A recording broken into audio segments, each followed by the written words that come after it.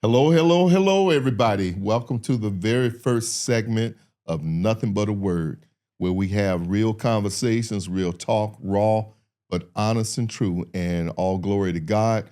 We're here to talk about a myriad of subjects. But first of all, let me introduce myself. I'm Michael Davis, and I'm your creator and your host. And this is my very first show, and I'm hoping that you all will enjoy it as much as I'm enjoying creating it.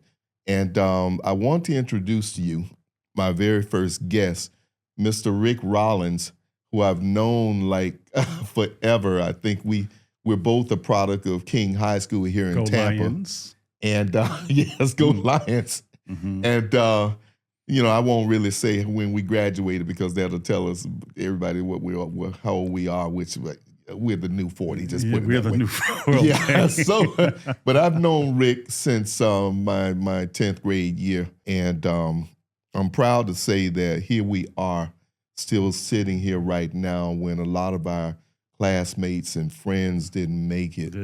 But God brought us this far, Rick, and I'm so proud to have come in contact with you again after I left Tampa due to my military career and came back in 2021, and I was so thrilled to reunite with you. Likewise. Thank you. You've always been one of those people. You were kind to me.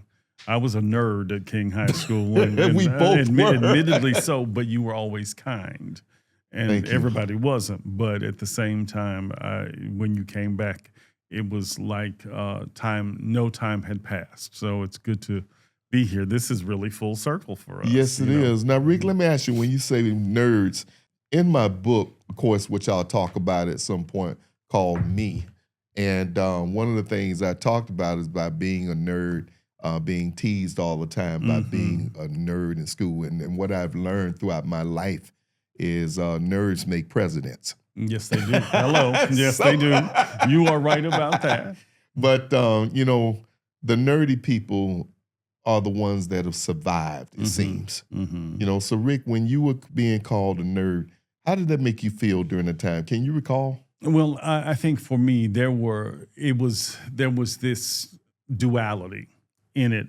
There were those who honored the fact that I was smart, and then there were those who resented it. Those who honored it protected me often from those who resented it. And so in the moment, I took it as a badge of honor because it simply meant that I was smart and that I was smarter than most.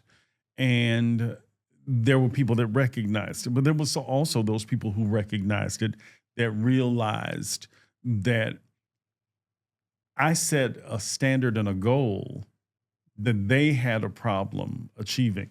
It's not my issue, not my fault. But at the same time, they made it an issue and tried to seem like it was a bad thing. And so you have to make a decision within your life. Do I succumb to the peer pressure of those who want me to be just like them? Yes.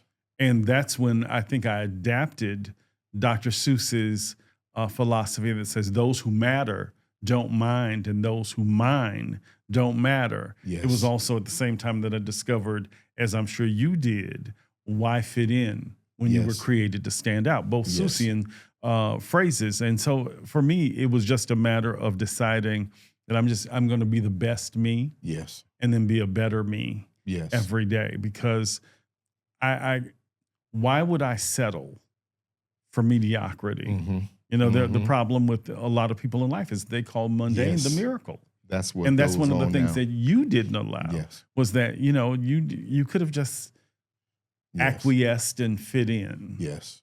And instead you didn't. You decided to find your place in life and excel at it. But in contrast to you, it did bother me being called a nerd because I felt I was trying so hard to fit in.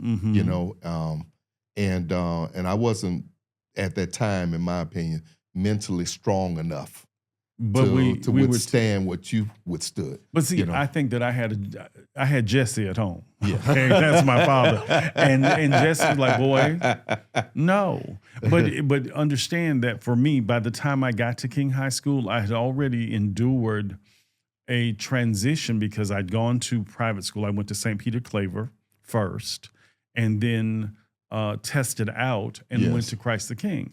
I was one of only 13 black and brown children that ended up in a school with some of the most prestigious families. And so you had this kid from Eastern Heights, you know, now trying to fit in where I'd seen nothing but black and brown first through third grade, except for my teachers. Yes. You know, shout out to Sister Barbara Pavlik, who realized and recognized in me that there was more to this. Yes. So there was a transitional preparation, but then to come back to a school where there was a great majority of us. Yes. But it was amazing because most of them just honored it. It was the few that didn't. And like you said, it's the few that didn't, and especially because you were athletic. I ran track. Yes. That was the only thing that I did, I think, in my senior year, and I was in the band. You know. But you was always dressy. Oh, well, that's true. Now, one that's thing true. I can say about you came to school. But I think that was a part of it, too, because for me, that was my armor. Yes. Okay. You know, and when you said that, that's the first time I really really realized that it was my honor. And you know what else I always admired about you too? Whenever there was some type of office I ran that was for open, it. you ran for it. I didn't win, but I ran for it. With these signs, vote for Rick, vote for Rick. And, you know, and I admired how you were so bold and brave with that, you know, because here it was, I knew that I had talent. I was smart like you was too. But I wasn't, I was so shy, you know, and I was and I didn't get that about you. I was so afraid of standing out, you know, but, you know, glory to God at this age right now, what I realize is that had I known what I know now back then, I'd have been hell on wheels, you know, because like what I had to finally do was own up to who I was and who I was going to be. But you're also a testimony that it gets greater later. Yeah. You know, it really does because I'm sitting here and what you're telling me is blowing my mind because to me you had it so together. Michael, first of all, let me say this to you. Ladies, Michael would walk in the room and all the girls would swoon. Yeah, you know, and it was, you know, no, Michael had the perfect afro. Michael had those dimples. And he was just, to me, he was the epitome of what a high school, not necessarily a jock, but the well-rounded student was. And so for me to hear in our conversations over the years as we caught up, that, you know, that there were things that you were going through too. It proves that we all got some stuff. Yes. And you know when what I wrote in my book too, I recall back, we had a lot of African Americans in our school. Yes, we did. School during the 77 and 79 years there, and the years that you were there too. But we didn't have good leadership now that I look back. No, we didn't. Because because they didn't know how to take care of us. I will never forget the day that when I went into the guidance counselor's office. You know, when we go in there, we have to explain to them what we want to do for our next steps leaving school. Well, I always wanted to be a journalist. I wanted to be a TV journalist. Wow. Yes, and Ed Bradley with the Salt and Pepper Afro, that was my idol. Mine was Dale Green, who lives locally. His daughter Tiffany is on ESPN. Okay. And Dale was the same thing. The first time I saw Dale Green, you'd have thought I was seeing Michael Jackson. He was visiting some people across, maybe he was doing a news story on the people that lived across the street from my cousin. My mom and daddy were like, don't bother that man. I wanted to run up and get his autograph and tell him that I wanted to be just like him. Look, if I'd have saw Ed Bradley walk to my school, then I'd been like Mary Magdalene if I could just touch the hem of his garment. You know, but that lady told me that I couldn't be a TV journalist and would never be one. Why? Because there was only 2% blacks that would ever make it in that field. Here's the irony. That's exactly what she said to me. Our lives were parallel because I didn't want to be, I ended up being a television or media personality. I never aspired to be on the news desk, but I loved what I did because of Oprah Winfrey. I'm an Oprah-phile. I mean, Oprah was my hero. Oprah kind of opened that doors for a lot of people where we could see. But here's the irony: at the same school, at King High School, there was a teacher who told me I wasn't smart enough to be an architect. It was my geometry teacher. And if I said Elmer Fudd, you might remember who he was. But anyway, I think I remember. Yeah, I do. But what is amazing is years later, I talked to the person that taught engineering, and it was Mr. Carlson and Mr. Squitier. Yes. They said, what we don't understand is how you would let somebody tell you that you couldn't be an architect or an engineer, and you were in the top percentile of the class. Yes. But when you have someone else telling you, because geometry was probably one of the only mathematical subjects that I ever had a problem with. Now, think about it. All of the other, I excelled. Yes. With Miss Hawkins and Miss, Miss Stark, Maxine Stark. I remember her. Yeah, and, I excelled in their classes. Yes. Okay? Yes. But when I got to this particular teacher, I won't call his name, I had a very difficult time. Here's the irony. Fast forward, I taught at a private school, I taught mathematics from general all the way up to calc. That is ironic. But here, one person, this is the thing, one person, just like with you, one person says you can't. Yes. Yes. And then you don't. Yes. I mean, I to this day still am fascinated by architecture. I ended up being an interior designer, but at the same time, it wasn't the same thing. Yes. But up until recently, I held on to the plans that I drew because you had to do your dream house. I had those plans up until a few years ago. Yes. It was an unrealistic house, but it was still a hot house. It had its own disco because disco was hot at the time. But my big thing was that somebody said I couldn't. Yeah. And that was the first. But here's the thing, Michael. That was the first time somebody ever told me that I couldn't. That had never happened in when my I life. See that those words could and could not and can't and won't. Nothing but a word. Thank you. Thank you. Nothing but a word. And it is true. Those words are powerful. Yep. When people tell people, what does the word say? Oh my God. I've been a victim. I've also been a perpetrator of the word as well, too. When I look back, and I'm very apologetic to myself and others, like things that I might have said that have diminished someone's dreams or thoughts, and even things that have been said to me in return, because you also reap what you sow. How's that little book of yours going? I love it. No. But for somebody to say, how's that little book? First of all, did you write one? But you know what? That's what when I say I love it. Yeah. I accomplished something that I've always wanted to do. And one of the things that was a catalyst, I was riding on the airplane one day, and I'm sitting there journaling, because I always journal. I got stickies everywhere, So this white lady who sat next to me, what are you doing?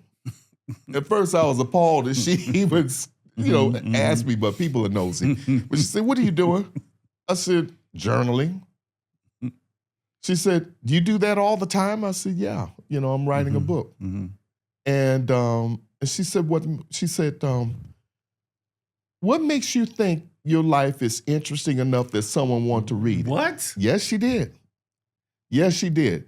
So I started thinking to myself, should I tell this heifer off or what? But what it did, it fueled me. Because it got me angry for a minute, right? But when I departed the plane, I went on to my destination, her words stuck with me. They resonated, yeah. And they fueled me to actually write, because I woke up and I thought about my life, and I felt that it was interesting enough to pass on, tidbits to people, because as you know, and you and I have discussed in depth, I suffer from anxiety and depression, real bad, and I'm managing it. And so writing has been a tool for me cathartic, to manage it, because it keeps me calm. It keeps my thoughts in a good place. And And so now to the point where I think so much about what I'm doing and about who I am when I say that I've owned up who I am and what I'm going to be. I put a lot of thought into that. So when someone does something or says something that exacerbates my condition, I got a better way of fighting it now. I don't crawl up in a corner and be Success depressed. is the sweetest revenge at any given time. And that's why I'm so proud of you. When you told me you were doing this, I was like, I would never ask anybody, well, why, as a publisher and a published author, I would never, ever ask anyone, what makes you think that you should, why wouldn't you? Everybody has a story to tell. Everybody has a lesson they learned. And so therefore, if we don't, there are people that are not my audience that will resonate with you. And so, yes, you should tell that story. Yes, you should be that person. And oftentimes, we have to be mindful. It was like what I was saying earlier, that I have a friend that, well, as an entrepreneur and a business owner, I've owned several stores. The worst thing you can ever do is come in my store and call it a little anything. There is nothing little about me. Thank you. Including my personality and yours. But my whole thing is, how can you diminish somebody's business? Thank you. That they turn that key to, and they have to work to pay that rent. You know, every single day, and you're going to call it a little, because the woman said, this is a older black woman to my friend who is also a black, so it's woman-owned, black-owned, and she said, I'm so proud of you that your little black business is still here. And I turned on my heels, and my friend looked at me like, no, because Jesse, I always tell people, Jesse wants to tap in. Jesse loves Jesus, but he will cuss you out. You carry your father on your shoulder. I do. And somewhere deep down here, Jesse will rise up. But I just think that we have to be mindful. You can't, because you doesn't give you the right to diminish somebody who did and could. And if they failed at it, they really didn't fail. My daddy used to say all the time, son, nothing beats a failure but a try. Thank you. You know, that's all. I mean, if nobody else bought the book, it's written. It's in the Library of Congress. Thank you. With some of the finest and greatest works in the country. People ask me, well, what made you think you could? Here's my question to them. What made me, why would I think I couldn't? The Bible says I can do all things. I take while there's a whole descriptive, a discussion on the Bible and what is and what isn't. When it's an affirming word, I take that and I put it in, I hide it in my heart. Thank you. Because it says I can do all things. And you know, one of the things, speaking of the word from the Bible, which is the word, you know, when I was retiring from military and government services, and again, thank you for your service. Thank you so much. Because you didn't have to. Thank you. We're glad you did, but thank you. It's quite an experience. But you know, when I was writing, and I didn't know when and whatever the book was going to come about. I just knew I wanted to do it. And I didn't care if I sold but one copy, but it's just what I wanted to do. But when I was writing, and I was also thinking about what am I going to do with the rest of my career, you know, and rest of my life. And, you know, my mother sent me this Bible phrase that resonated with me to this very day, and I haven't forgotten it. It's from Jeremiah 29:11. I know the plans.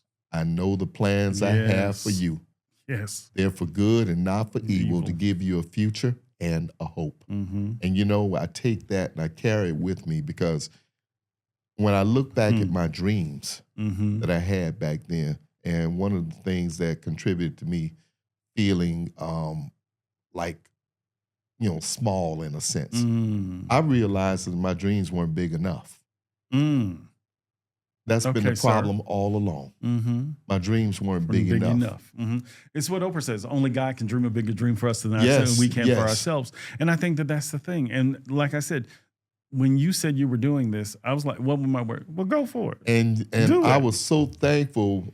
Like, I look at some of the accomplishments that you've done. You do everything here in Tampa. That's why I'm just going to call you Mr. Tampa, because you've been so well-rounded. And when I look at the things that you've done, you've inspired me so much. Well, thank and that's you, why I had to have you on the show today, because I remember the day that I called you and I said, hey, this is what I want to do. And you didn't, I mean, it's like you took over that conversation. So, oh, yes, you need to do this here, blah, blah, blah, blah. And I couldn't help, but you commanded my attention. And all the talks that we've always had, and of course, we always talk about a myriad of things, but you commanded that conversation that day. Yes, you did. You commanded my attention that day.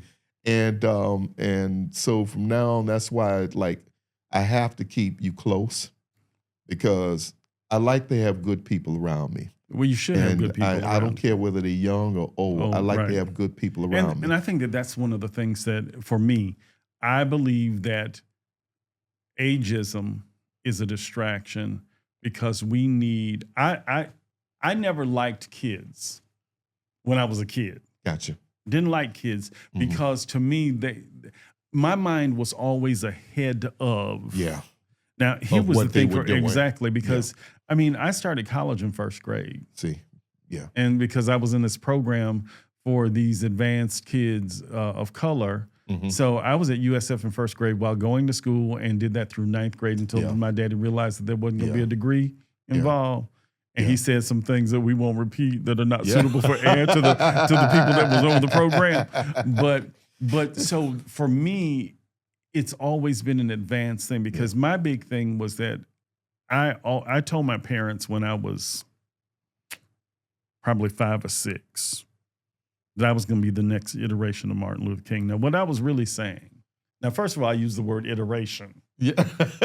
Okay, at 5 or 6. But the big thing for me was, what I was really trying to say was that I knew that I was put here for a purpose. Yes. Because again, the Bible tells us that we are called according to purpose. And isn't it so refreshing when you find that out? Yeah, and it is. It is. When you discover your purpose. Yeah.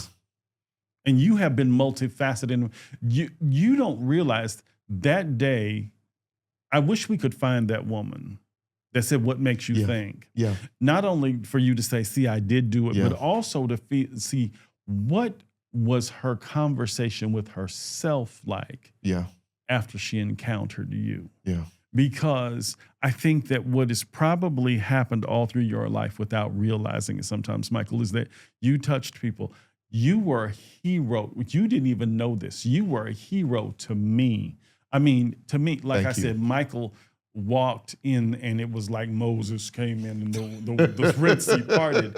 You know, while I stood over in the corner, I may have dressed a certain way. Like I said, it was my armor, because my mother was also a tailor. It doesn't hurt when your mama makes your suits. Yeah. You know, until I told you know, and so, you know, it's those kind of things. And somebody cared enough to create something for you. Yes. But like I said, I watched you and I was just like, wow, it must be great to be him, you know, because everybody liked you. But, you know, thank you. But you'd be surprised how many people watch you for a certain reason, you know. Yes, true. And you'd be surprised how many people are jealous of you for a certain reason. Yes. And that's what surprises me the most. Yeah, and, it's like maybe because my grandfather, I loved him dearly, and I miss him so. And he used to give me these nuggets that have lasted me a lifetime. Like, for example, you know, I used to complain sometime that, you know, I need money for this. Because in school, we had to have money for the graduation, the class rings and all that other stuff like that. And even though I never got my class ring. I never got my class ring. And see, I was working too. Of course, you know, I had a part-time job as well. And so he would always say, and I don't know how he saw me or whatever, but I was walking down the street and he came up and he grabbed me and he said, look, let me tell you something. No black man should ever walk with their head looking down. Wow. I don't care what.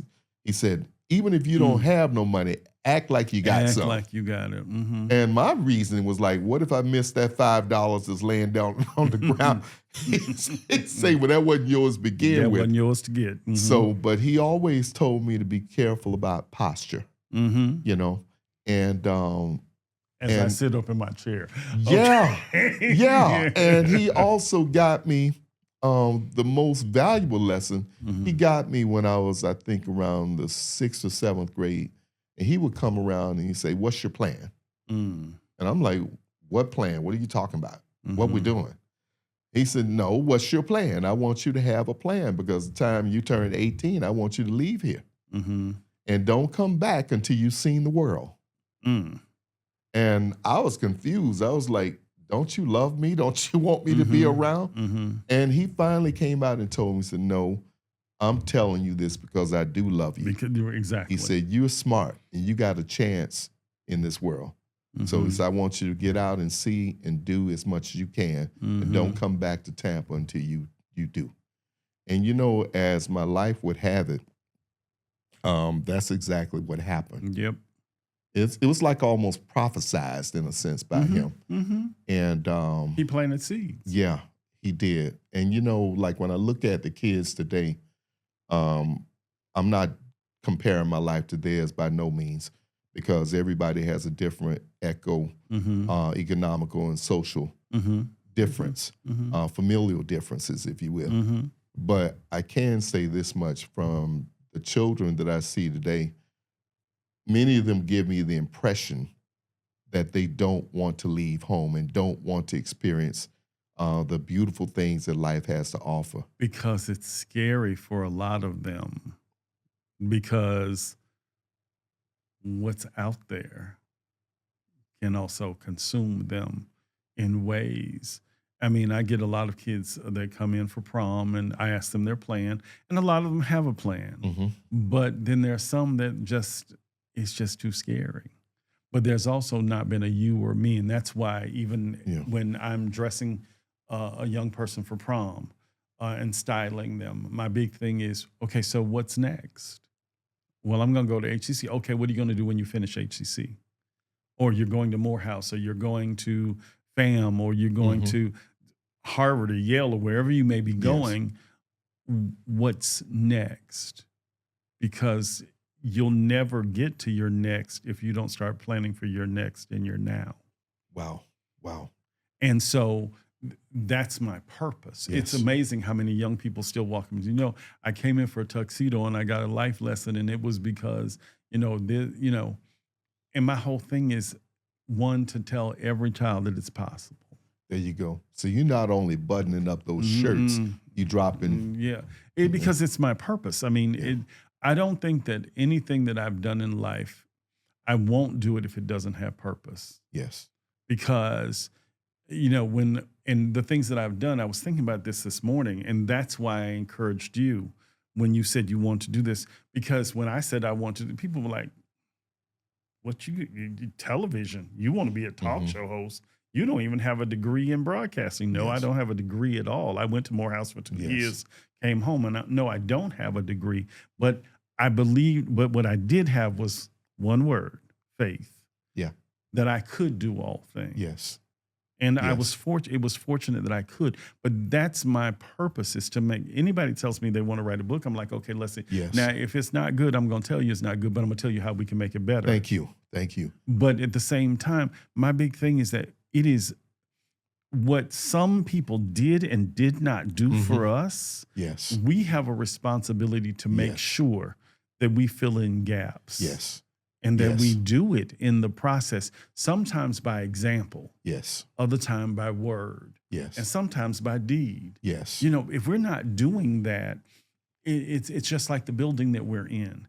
The person that has this foundation said, I'm going to give people an opportunity for greatness. Yes. Now, whether they take the opportunities up to, it's just like this.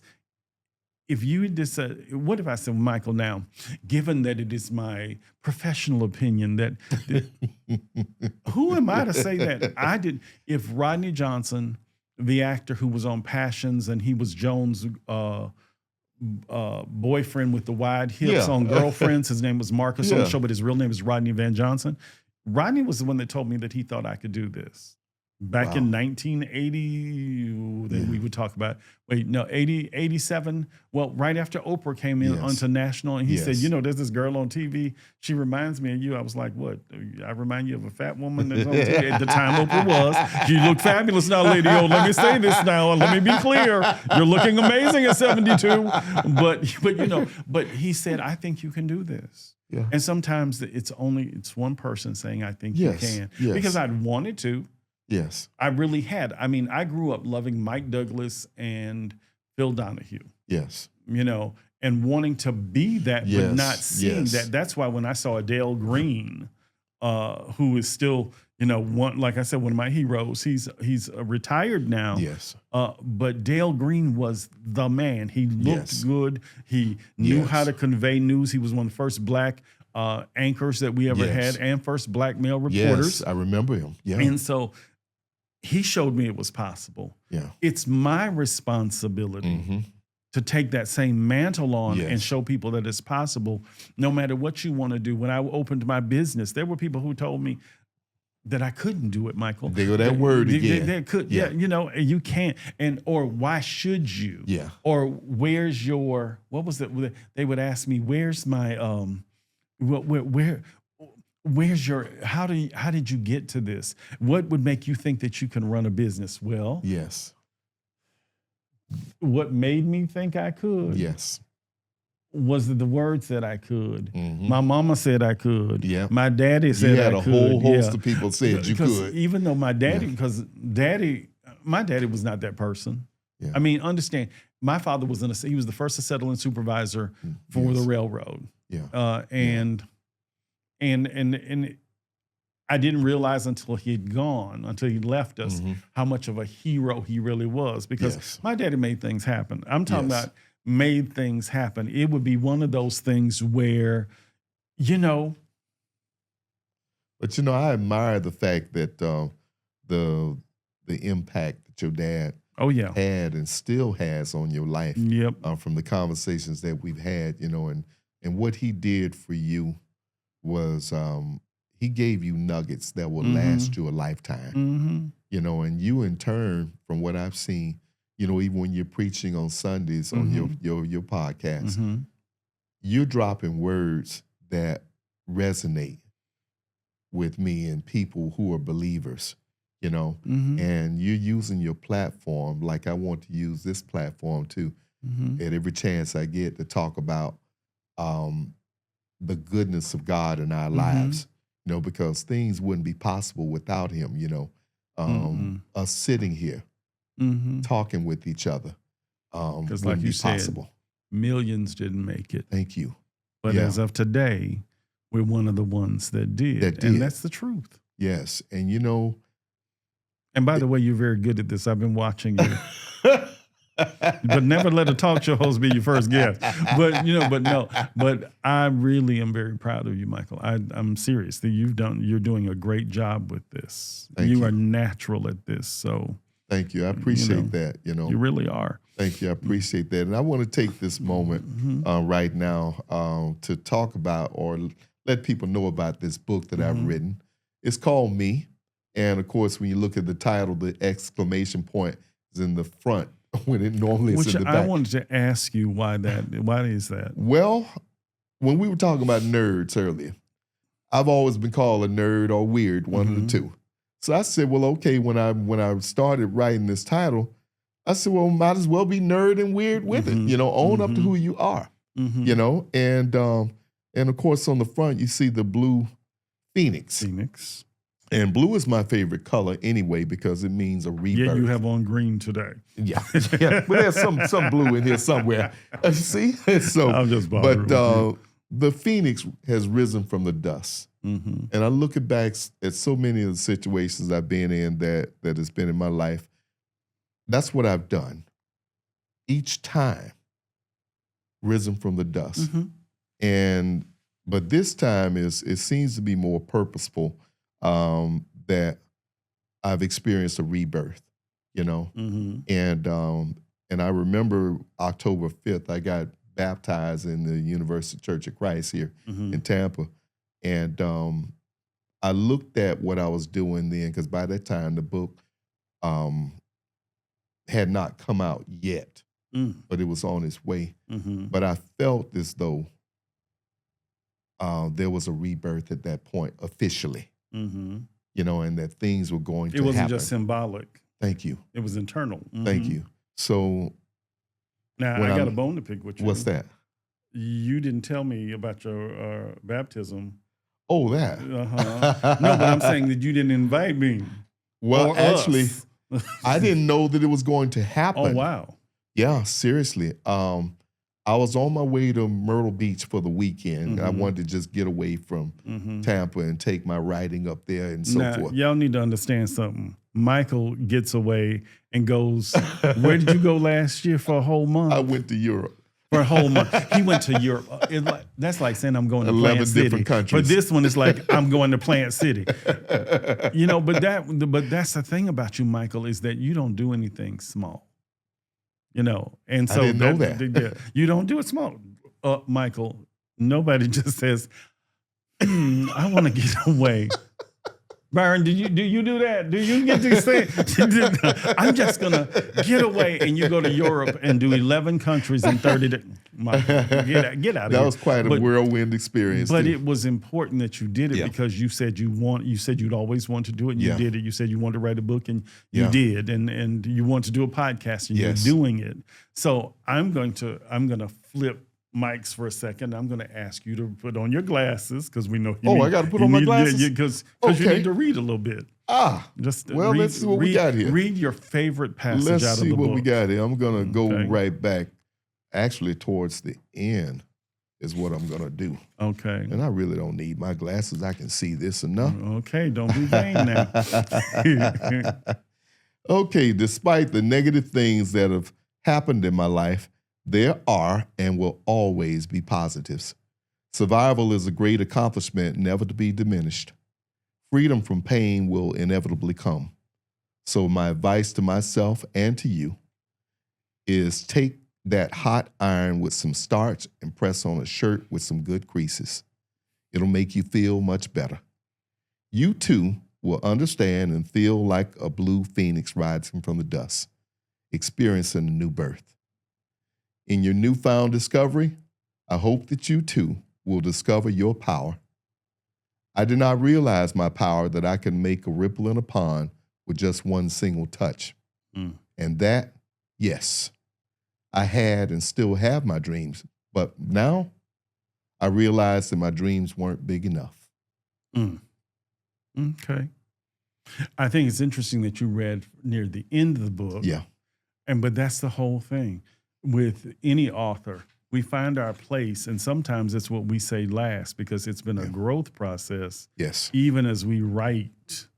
Because sometimes if you read the beginning of a book, it's like, okay, this was okay, but then the ending, you've gained a new, because you're like, the whole thing is, I'm doing this. But this is my gateway to my next book, because like I said, I still have those dreams. So in my next book, I'm going to tie this into to that next big dream, you know, that I thought was a small dream. I like that.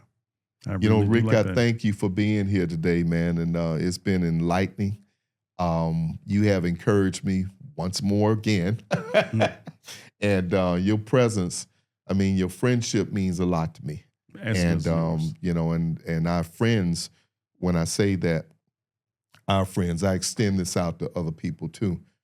Cherish your friends, especially if they're good, true friends. And even do an inventory of the people that you have, because like all them numbers in your phone, do you really know all those people? It's like people on Facebook and all those social media. I don't know you.